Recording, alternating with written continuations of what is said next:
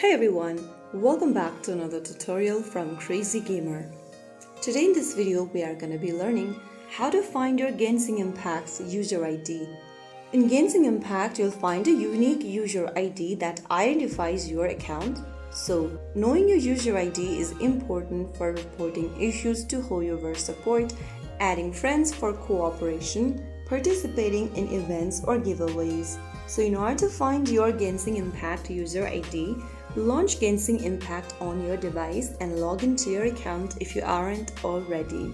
Now, go ahead and tap on the Paimon icon at the top right corner, and then you will see this menu where it shows your profile, attributes, weapons, artifacts, etc.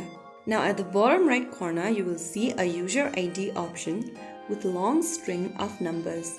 You can write it down in a piece of paper for future references. You can also share your user ID with friends to send or accept friend requests in Genshin Impact, and also provide it for customer support if necessary. So that was how you can find your user ID in Genshin Impact. If you found the video helpful, don't forget to like, share and subscribe to the channel. I will be back again in the next video. Thank you for watching.